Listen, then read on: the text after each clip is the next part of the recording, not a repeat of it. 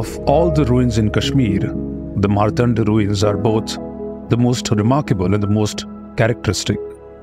No temple was ever built on a finer site. It stands on an open plain where it can be seen to full advantage. Behind it rises a range of snowy mountains, and away in the distance before it, first lies the smiling Kashmir Valley, and then the whole length of the Bir Panjal range, their snowy summits mingling softly with the azure of the sky.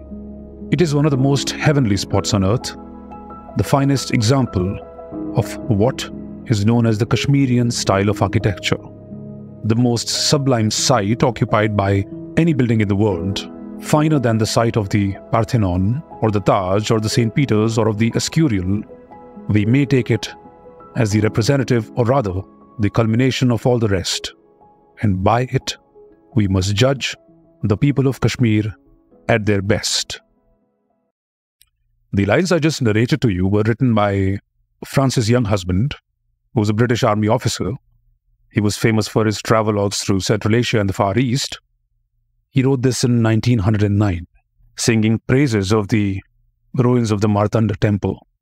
I was speaking with one of my followers who's a rather knowledgeable and a person who knows a lot about Indic matters, and during the conversation I happened to mention Lalitaditya Muktapida. And to my surprise, she had never heard of him. And that's when it occurred to me that given the state of education, historical education in our country, it is not a surprise that many people today do not know one of the greatest kings, one of the greatest Hindu kings that existed, because it was this great king Lalitaditya who built the Martanda temple.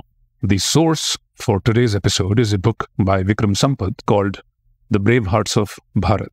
Lalitaditya was the fourth ruler of the Karakota dynasty of Kashmir.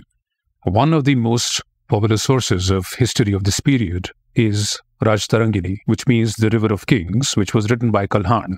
Kalhan's magnum opus is the most referred to text for any historian researching Kashmir.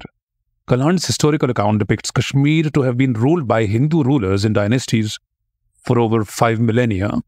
The Karakotas drew their descent from the mythical Naga Karakotakas of the Mahabharata.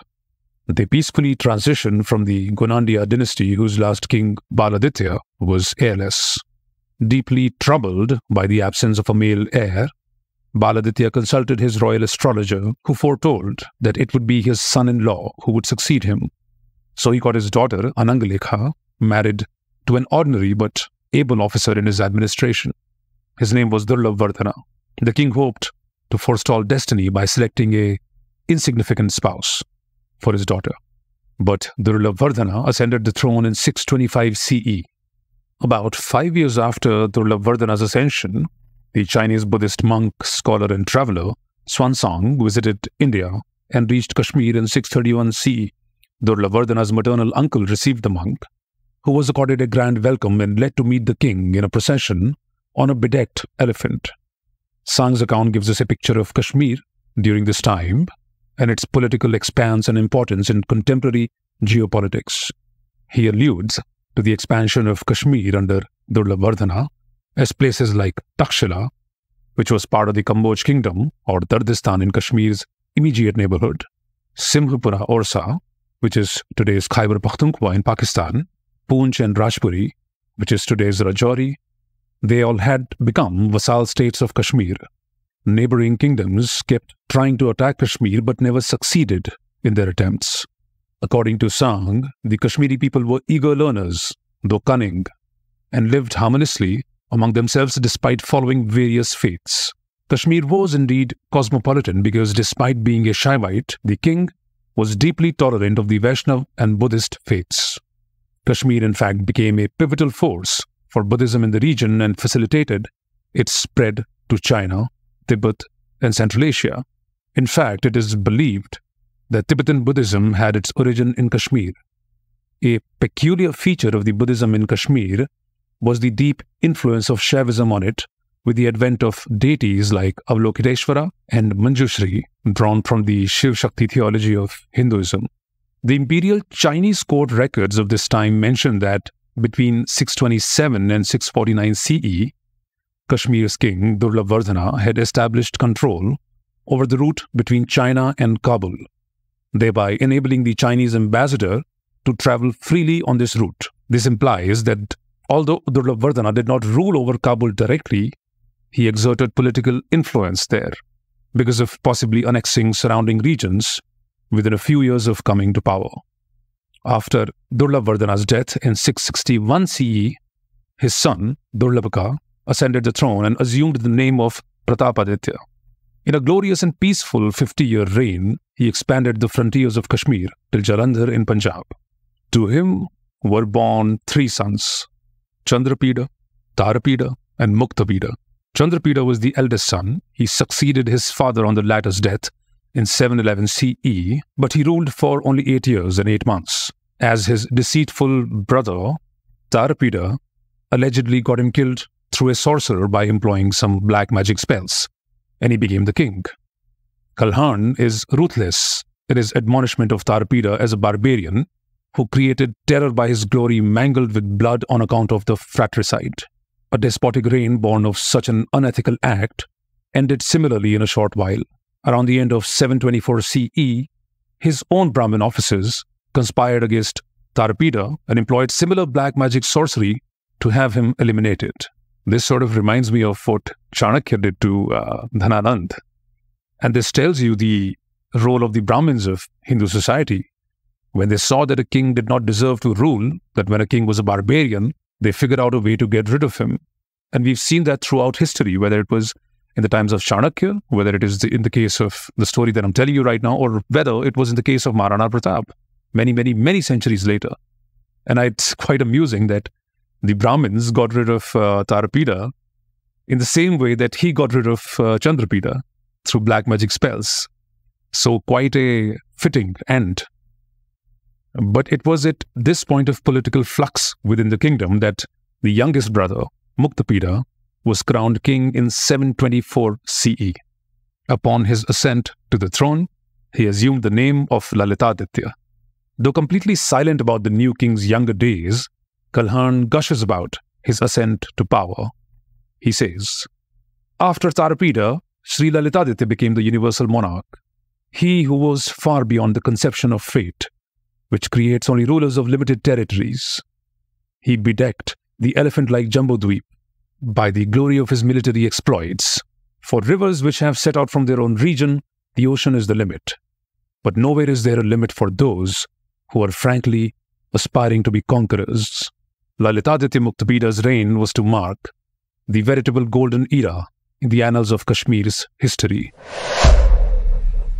And at this time, before we proceed with the story of Lalitaditya, it is important to understand the geopolitical situation in and around Central Asia when he assumed power.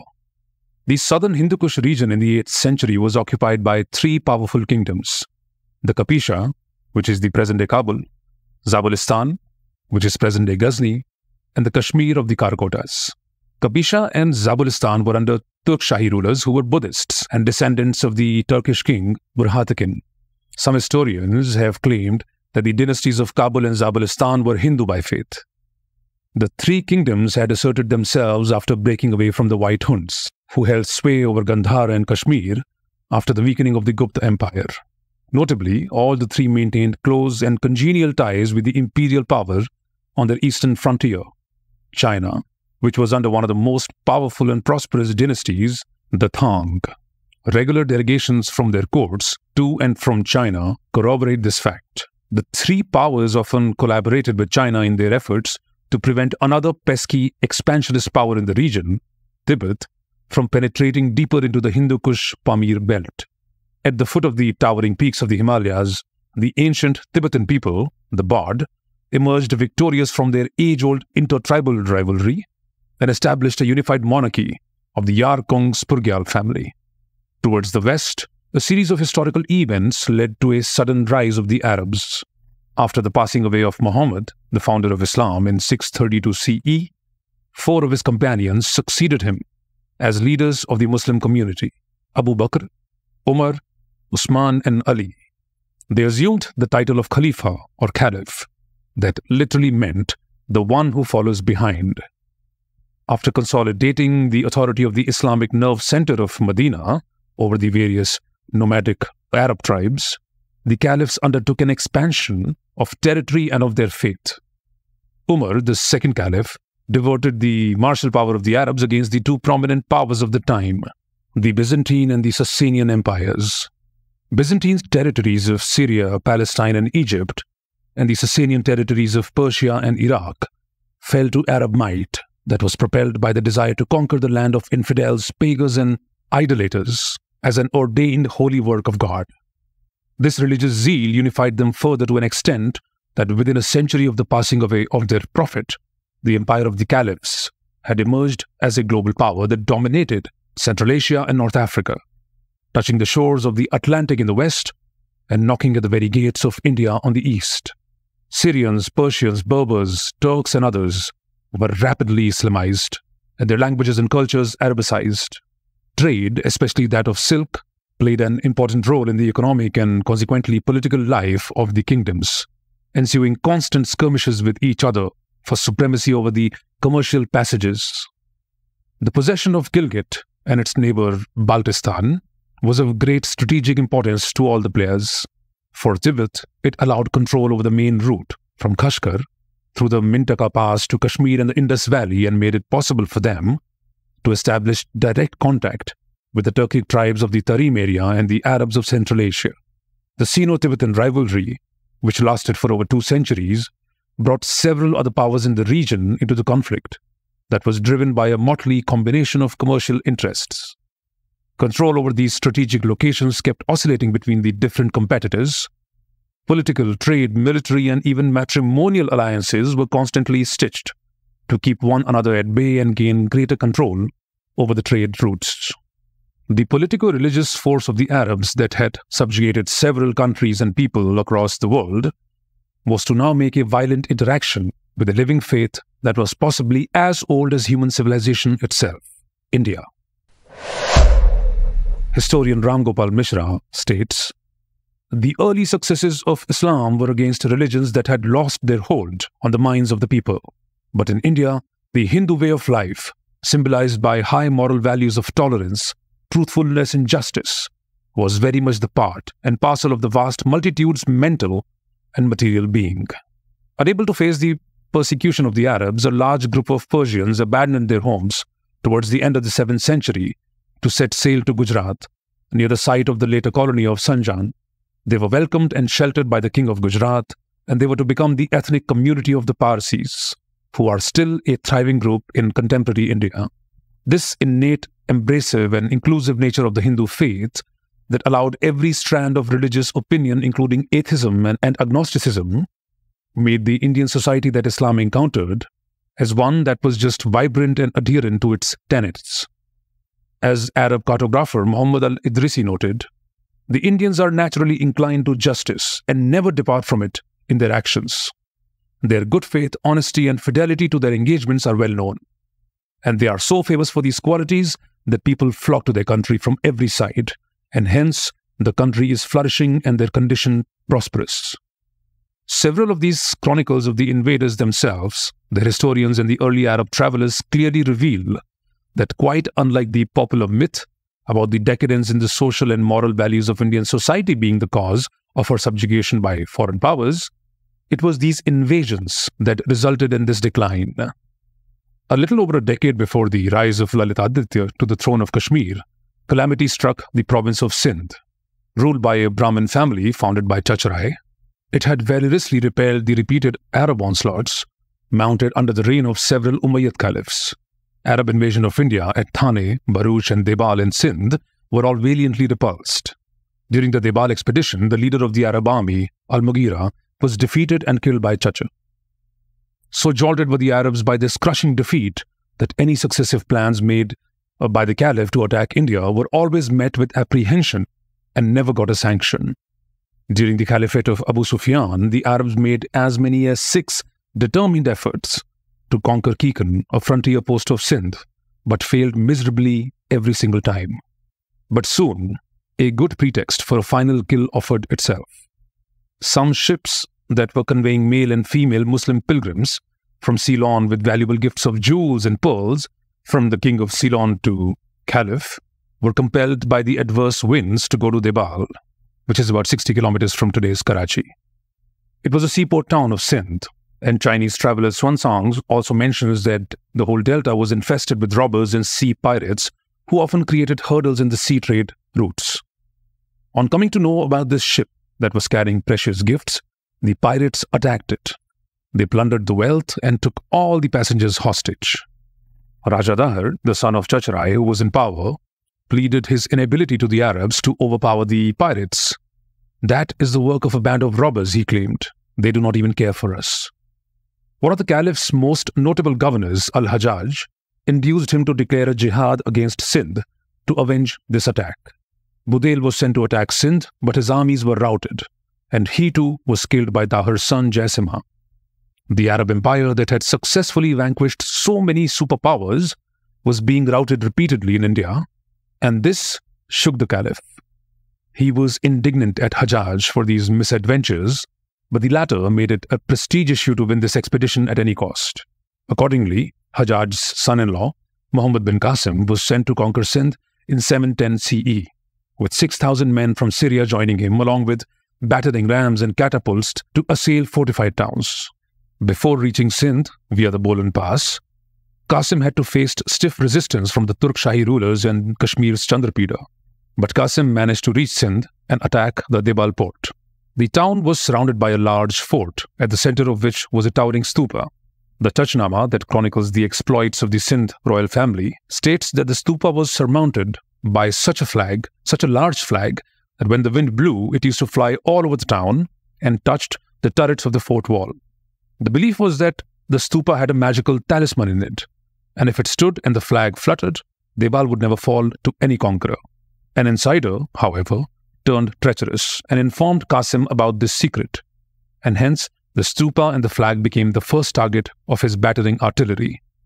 Debal fell to the invaders on the 9th day of the conquest.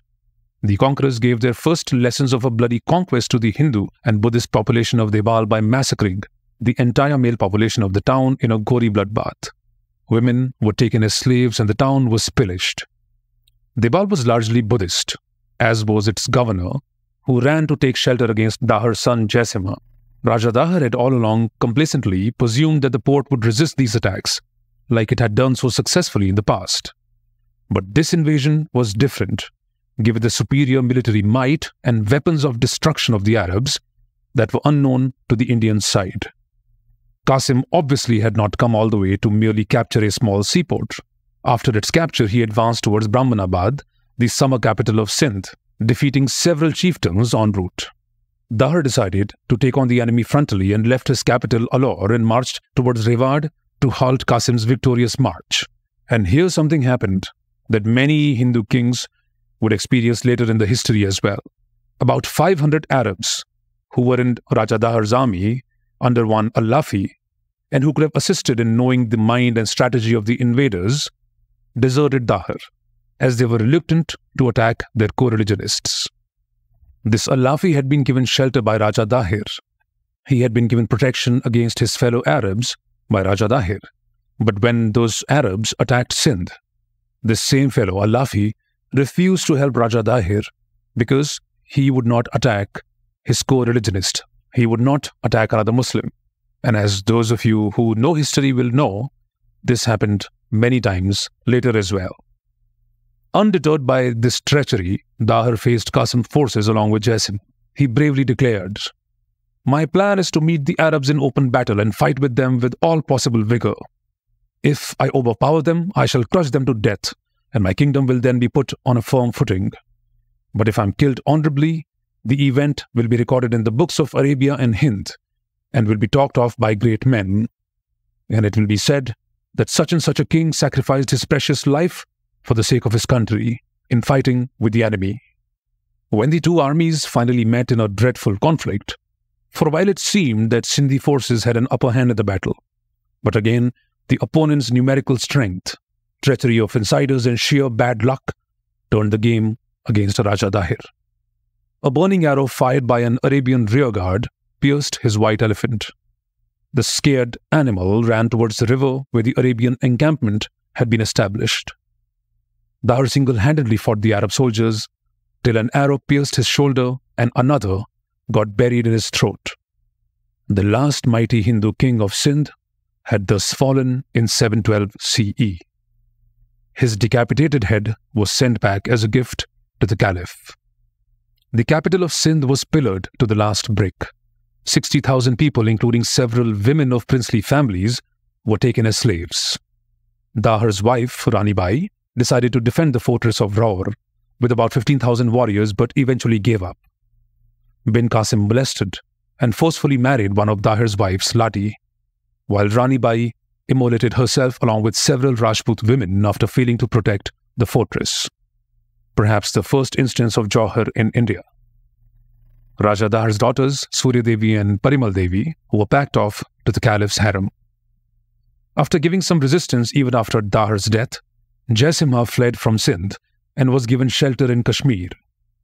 This incensed Bin Qasim, who attacked Kashmir, but he could only reach till the border of the kingdom at Jalandhar, as he was given a stiff opposition by Chandrapida. Qasim was forced to turn away and instead attack the smaller kingdom of Kangra in Himachal Pradesh. Thus, Chandrapida had managed to keep the borders of Kashmir safe against the Arab army that was equipped both with the latest weaponry and brutal savagery.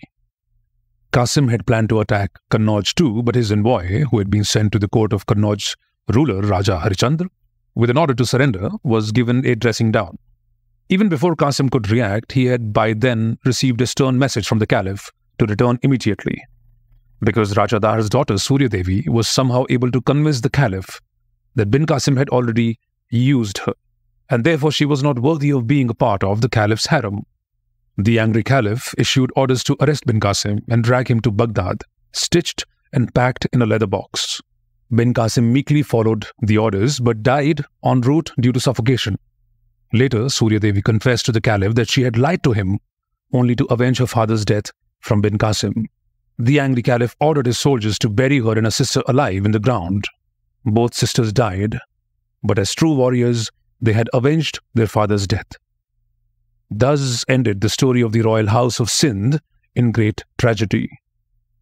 Sindh remained under the distant rule of the Caliphs, with different governors stationed at Multan to administer the province and several subordinate governors in the minor towns of the Indus. The Arabs could not extend their conquests into the Indian mainland due to the stiff resistance they faced during each such misadventure, and with the passage of time, their influence remained shrunk to Multan and Mansura. A major roadblock to their expansionist plans was Kashmir. Lalitaditya was conscious of the Arab plans to avenge Kashmir and to conquer it under the new governor of Sindh, Junaid al-Murri. Crossing the Punjab border, he took on Junaid's forces and defeated them and returned to his capital triumphantly. He managed to check Arab expansion in the region, as Junaid never dared to attack Kashmir again. One reason for Lalitaditya's victory over the Arabs was that his army largely comprised cavalry and foot soldiers. Indian kings usually had more elephants in their armies, while their opponents, the Arabs, used faster-moving and agile horses and camels, but they seem to have met their match in Lalitaditya. After facing a defeat in Kashmir, Junaid shifted his focus. He subjugated Kangra, turned towards Kutch and Rajasthan, and took over Jodhpur and Jaisalmer and Bharuch in Gujarat. However, this victory march was halted. A united and strong Hindu confederacy of Nagbhatta I, of Bappa Raval, of Pulkeshi Raja and Jaibhat IV, and other kings dealt their death blows on Junaid, who had now suffered 3 reverses in a row after what had seemed an invincible Arab conquest in Sindh, Multan, Balochistan and Gandhar. The Chalukyan king Vikramaditya II, who ruled from Badami, and his feudatory, the Rashtrakoot ruler Dantidurga, lent support to Pulkeshi Raja, thereby successfully stemming Arab incursion into the Rajasthan, Gujarat regions in the 730s. Junaid then decided to move menacingly towards central India, towards Ujjain that was ruled by the king of Kannauj, Yashovarman. But in a diplomatic checkmate against the Arabs, Lalitaditya and Yashovarman joined hands in a strategic alliance to repel and defeat them. Junaid was recalled by the Caliph. The Arab trade centers in Sindh decayed, the momentum in trade deaccelerated, and the emboldened vassal states stopped paying taxes. Arab power shrunk to merely the Debal port in just 2 decades after the victorious rampage over Sindh. Lalitaditya utilized this opportunity of a weakened power to chase the Arabs away. Arab soldiers was scared to go to India ever again. After the Arabs were defanged, it took nearly 3 centuries for invasions from the west, starting with the Turkish forces of Ghazni, to even consider invading India and her frontiers. This speaks of the heroic resistance that was put up by the Indian powers against an expansionist, marauding global hegemony.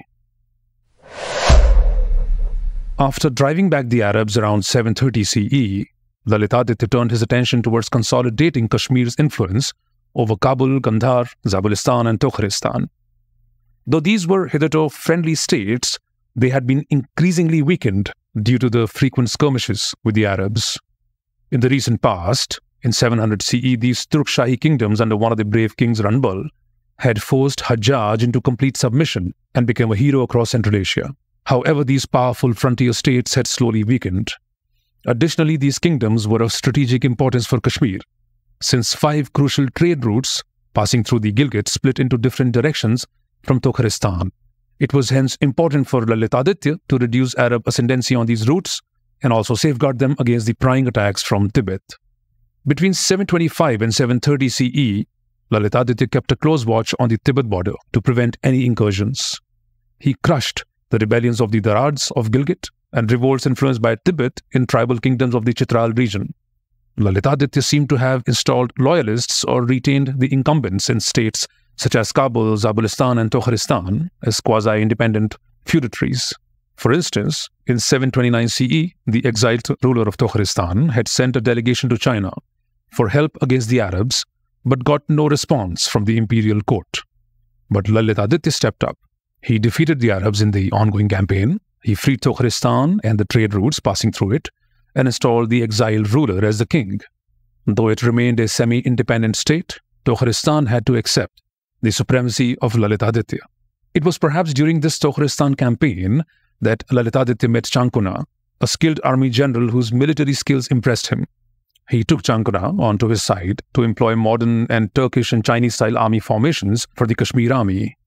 While Lalitaditya was away in the conquest of Tukharistan, Tibet began to eye central and eastern India, Madhya Desh, Magad, and Wang, which is today's Bengal. As the local power in that region, Yashovarman of Kannauj had to defend the borders against Tibetan onslaughts. In 731 CE, he even sent a delegation to China under the minister Simhagupta, seeking help from an imminent threat to his dominions from Tibet.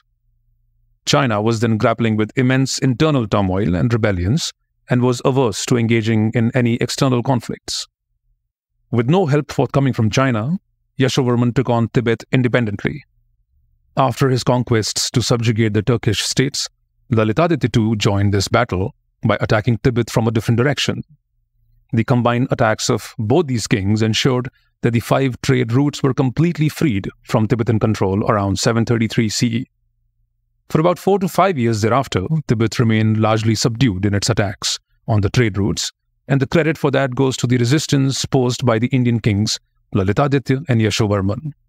The fact that the successes of Lalitaditya left an indelible imprint on the minds of Kashmiri people is illustrated in the account of the 11th century Iranian scholar Al-Biruni.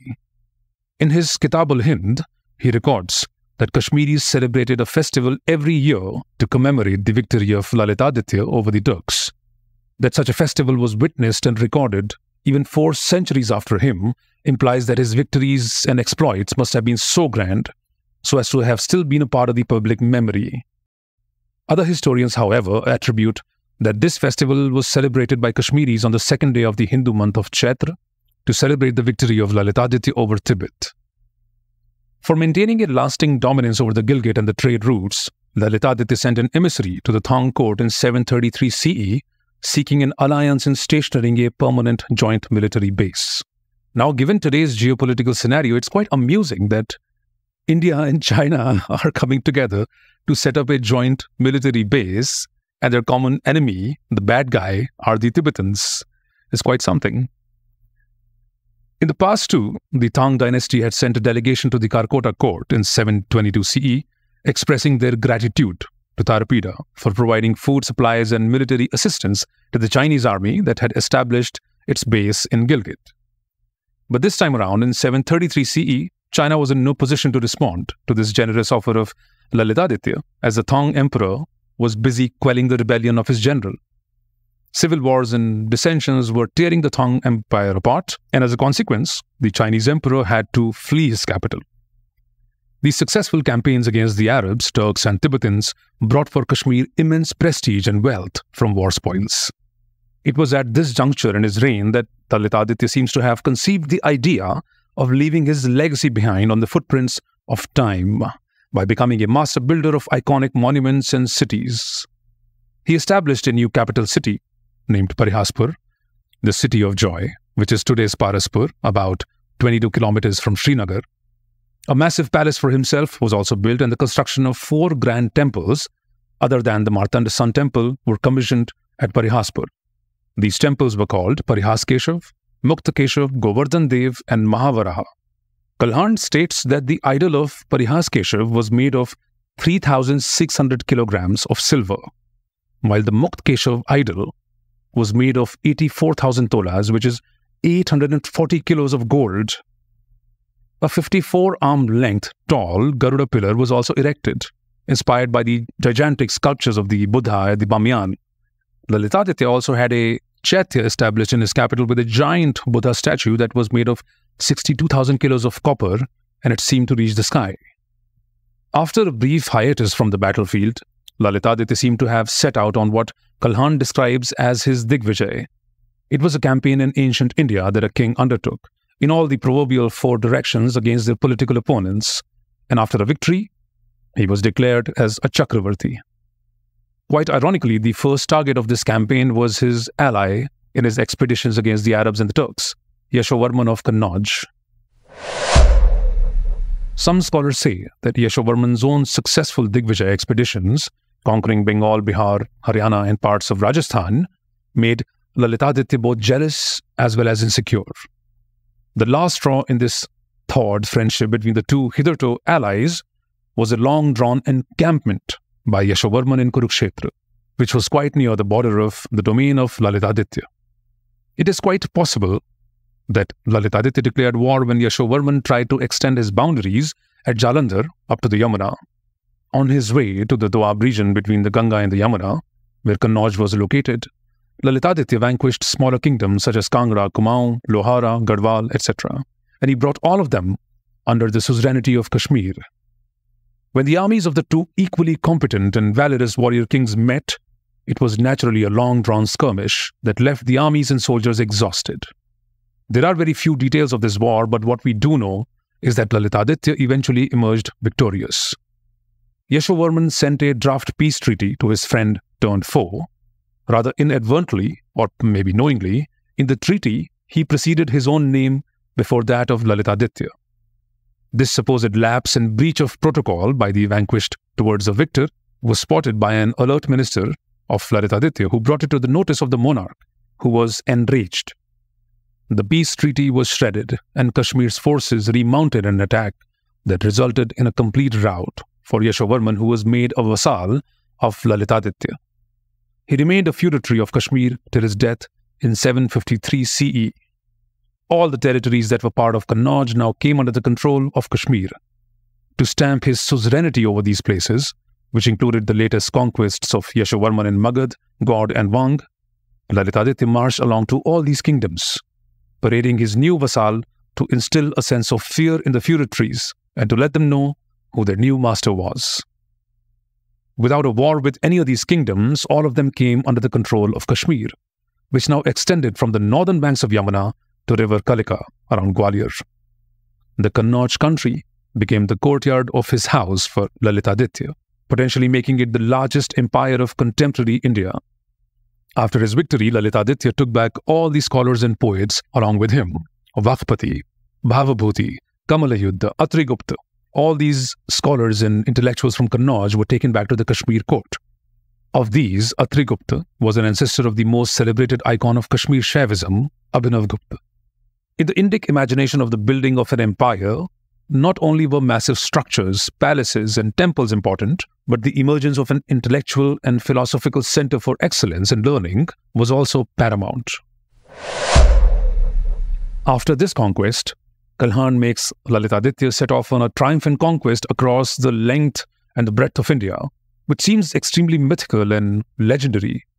From Bengal, he moved towards Kaling and brought it under his sway. But Kashmir's control of this region was short-lived, as the Bhomkar dynasty became a prominent power in Kaling towards the end of the 8th century. From Kaling, we see a victory march of Lalitaditya moving southwards to Karnataka, where Kalhan mentions a certain Queen Ratta sending him an emissary seeking help. Contextualizing the dominant queens of the south during this time, Ratta perhaps is an allusion to the Rashtrakoot queen Bhavnaga. She was a princess of the dynasty of the Chalukyas from Gujarat and was abducted and married by Indra I of the lineage of the Rashtrakuta.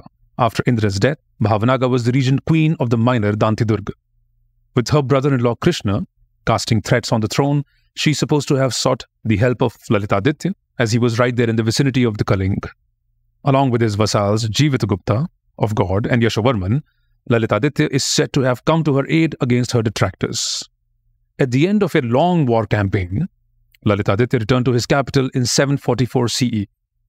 He had built one of the largest contemporary empires of India and stamped the dominance of Kashmir in the subcontinent. After a period of lull in the Gilgit-Baltistan region for 4 to 5 years, after the defeat to the combined forces of Lalitaditya and Yashovarman, Tibet once again began to flex its muscles. In 737 CE, the Tibetan army tried to regain control over the important trade routes of the region, but Lalitaditya once again forced them to retreat after inflicting a crushing defeat. Almost a decade later, in 747 CE, when the Tibetan aggression made a menacing reappearance, China sent its military to join Lalitaditya in order to repel Tibet. The combined forces won yet another decisive victory over Tibet in a war where Kashmir provided military and civil assistance along with food supplies to the Chinese army. The trade routes to Khorasan and Gandhar were thus secured. In a region where control normally oscillated between the powers, it was the efforts of Lalitaditya with and without the Chinese that kept the region free from Tibet for a long period, from 731 to 747 CE. Though Tibet was subdued, its ally, the Jieshi kingdom in the Kashgar-Chitral mountain region, strategically placed between Kashmir and Gilgit, kept mounting low-intensity attacks. A concern about this was raised by Tokhristan too when it sent a delegation to the Chinese court in 749 CE, drawing attention to the nuisance from Jieshi. They also told the Chinese to renew its successful alliance with Kashmir that had stood the test of time and wars, and to win over the king of Kashmir through giving costly gifts. These recommendations were promptly acted upon by the Chinese court. In 750 CE, the forces of Lalitaditya along with the Chinese army sacked the Jieshi. Its ruler, Botemo, was deposed and his elder brother, Sojia, put in his place as a vassal. Each time he won significant battles, Lalitaditya established new towns and constructed temples in the classic mold of an empire builder.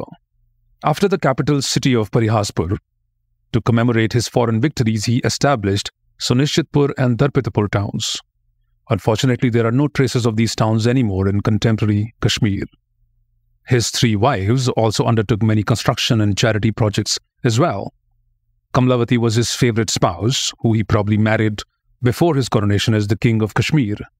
Chakramardika was the middle queen, while Ishan Devi was the youngest, who was possibly a Turkish princess who he had married during the Tokhristan-Kabul-Gandhar campaign. Chakramardika founded a town called Chakrapur that had nearly 7,000 homes. A grand marketplace called Kamalhat came up in Parihaspur with an idol of Kamal Keshav installed there. Ishan Devi had a huge water reservoir constructed in Parihaspur. In the town of Hushkpur, which is today's Ushkur, Lalitaditya installed the idol of Sri Mukswami and built a stone temple of Jeteshwara, donating several villages for their upkeep. At Lokpunya, a Vishnu temple was established, while in Sri Rajya, a marvelous Narhari temple was built. The Narhari temple was fitted with magnets above and below it, and due to this, it was kept floating in midair. It seems that Lalitaditya made his vassal states contribute to the architectural beauty of Kashmir by building structures there. Historians mention 2 viharas in Kashmir that were built by a Turkish prince of Kabul and a Turkish queen, and royal guests from Tokhristan regularly visited Kashmir. Rope machines and water wheels were installed on the Jhelum to pump water to villages that were on elevated ranges and therefore water-starved. Kalhan mentions such water systems being installed in Chakrapur on the banks of the Jhelum. Several dams were built over rivers to harness water, and a network of roads linked Kashmir Valley with the outside world. Given the constant flooding in the Jhelum due to silting, Lalitaditya had this cleared and constructed canals to supply water to distant locations. Swamps were reclaimed and bunds built in low-lying areas to make them fit for farming. As an astute administrator, he constituted a cabinet of 5 top-ranking officials who collectively formed what was known as the Panch Mahashabda. Despite heaping encomiums on Lalitaditya, Kalhan also brings to the fore several of the monarch's shortcomings. One of them was his alcoholism, under the sway of which he often took brash decisions that he later repented. So much so that he even ordered his ministers once that the orders he issued when intoxicated should never be followed. An interesting story that Kalhan mentions is the story of the killing of the god king, who had been offered protection by Lalitaditya, and who, when he was visiting Kashmir, was killed secretly by a spy named Tikshana. The soldiers of the dead god king, decided to avenge his murder. Under the pretext of visiting the temple of goddess Sharda, they entered Kashmir and besieged the temple of Parihaskeshav. They thought that the god had led their master down. The priests of the temple shut all the doors to protect the murti. The soldiers, however, mistakenly or intentionally, then attacked the Ramaswamy temple and destroyed the idol completely. This was a rare and tragic case of the soldiers of one principality destroying a sacred space of a Hindu co-religionist for political purposes. The idol that was so destroyed had a fantastic story behind it. The king, on his daily horse rides to the forest, noticed a few women who sang and danced at the same spot each day. When questioned, they mentioned that they were Devdasis from the town of Shurvardhan and had been instructed by their mother to dance at that very location daily. On excavating the spot, 2 ancient ruins of temples with idols of Sri Ram and his brother Lakshman were found to everybody's surprise. Lalitaditya then installed the idol of Sri Ram in a stone temple in Parihaspur that was known as the Ramaswamy temple, and his queen Chakramadika had the Lakshman Murti installed in another shrine. It was this idol of hoary legends that got caught in the political crossfire and tragically destroyed. The year 751 CE turned out to be pretty bad for China. The Arabs, under the command of Ziyad, joined hands with the Karluks and other Turkic people to mount a combined attack on the Tang dynasty that was already beset with internal turmoil. They easily defeated the Chinese forces, paving the way for the later Islamization of the whole area.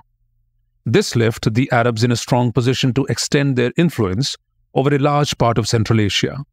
However, chronicled evidence of both Chinese and Tibetan sources reveals that the Tibetans temporarily checked any further advance of the Arab power. Even as China was reeling under the impact of the rebellion, the new Tibetan king attacked the Chinese capital with an army of 200,000 soldiers, defeating the defenders and forcing the Chinese emperor to flee from his capital to Shancheng. The rout in the war with the Arabs, the bloody rebellion, and the Tibetan attack brought the tottering Tang Empire to its very knees. China had to withdraw its forces from several regions in and around its vast empire to redirect them towards the numerous internal skirmishes and external attacks. They had vacated from the Taklamakan and Gobi deserts and the Tarim in view of these developments. The Taklamakan, a cold desert, had very little water and was considered hazardous to cross for the merchant caravans that passed through the Silk Route. Given the confusion in China, Lalitaditya was seized by a strong urge to bring these vast areas under his suzerainty, and he set out on what Kalhan terms as the Uttarpath campaign. In his final years, Lalitaditya conquered this Tarim Valley and also the city-states in Taklamakan and Gobi deserts around 755 CE. History remains silent on the extent of this mysterious campaign or the victories that Lalitaditya earned. However, it is quite probable that he did traverse the Taklamakan desert and carried Kashmir's flag to hitherto uncharted territories. When his ministers back in Kashmir did not hear from him in a long time, they sent messengers to trace him and send their inquiries about his well-being. Lalitaditya was apparently agitated by this move, and he is said to have told them, "What sort of attachment is this on your part that you want me to return having come to this country? I am achieving victories on newer regions here. What greater work is waiting for me back home? The river, having left its origin, shall ultimately merge in the ocean. How to decide the limit or time for the journey of a king who has likewise left his kingdom for victory? Therefore, O ministers, I tell you some basic principles to manage the kingdom in my absence. Please run the state according to them, without any hindrance or blemish. He also instructed them that in case he never returned, his eldest son from Kamala Devi, Lalitaditya, should be crowned king, and if found wanting, he should be dismissed. He had a special word for his favorite grandson, Jayapida, to emulate his grandfather and carry forward the legacy. In a tragic and mysterious turn of events, Lalitaditya never returned from this far north campaign. A monarch whose life and achievements were colored by fantastic legends had his death too shrouded in equal myth and mystery. Various theories abound of how he met his end. According to one legend that Kalhan mentions, the Kashmir battalion was struck with severe water shortage in the midst of their expedition within the Taklamakan desert. An emissary of a rival king appeared as an impostor, trying to guide them to a water source, and misled them to their eventual nemesis. On his disappearance and death, Kalhan states with poetic flourish, he says, "Some say the king died because of the enormous snowfall. Some say he submitted himself to fire when faced with an imminent, inevitable danger to preserve his eternal prestige. Some others say in the Uttarpat, that is beyond the human reach but easily reachable for the divine beings, that king went into the earth along with his army. Just like the story of his astonishing achievements is told, the various wondrous stories about his death are also narrated. When the sun sets, some say it drowned in the sea, some say it entered the fire, and some say he, the sun, went to another country. Likewise, many marvelous stories are related to the death of the great men. Just as he abruptly arose from the scene in Kashmir's history, after such an iconic and illustrious reign, Lalitaditya, hailed as the second Samudragupta, slowly disappeared from popular consciousness and historiography of India. The Karakota dynasty could not produce another conqueror as glorious and brave as Lalitaditya, and it collapsed under the weight of its own contradictions a century later, by 855 CE. Like the gigantic edifices he established have defied time and survived till date as magnificent ruins, the stories of chivalry of Lalitaditya, his victories and his charitable works have survived too, in local folklore and in public memory. Lalitaditya Muktapida thus created a permanent niche for himself, not only in the history of India, but that of Central and South Asia, positing the primacy of Kashmir as a political, spiritual, intellectual and cultural focal point that was integral to the subcontinent.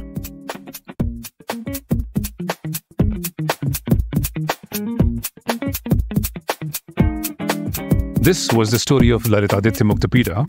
I hope you guys enjoyed it.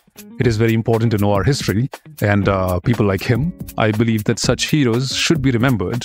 They not only add to our civilizational memory, they also remind us that we were never the people who shied away from a fight.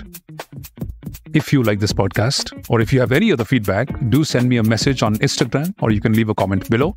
And please follow me on all the social media channels. The name is the same everywhere, on WhatsApp, on Twitter, on Instagram, Telegram, Indologia, Indologia. And if you haven't subscribed to my podcast, please do, whether you're on Apple Podcast, Google, or on Spotify. Till the next time I see you, Jai Hind, Vande Mataram.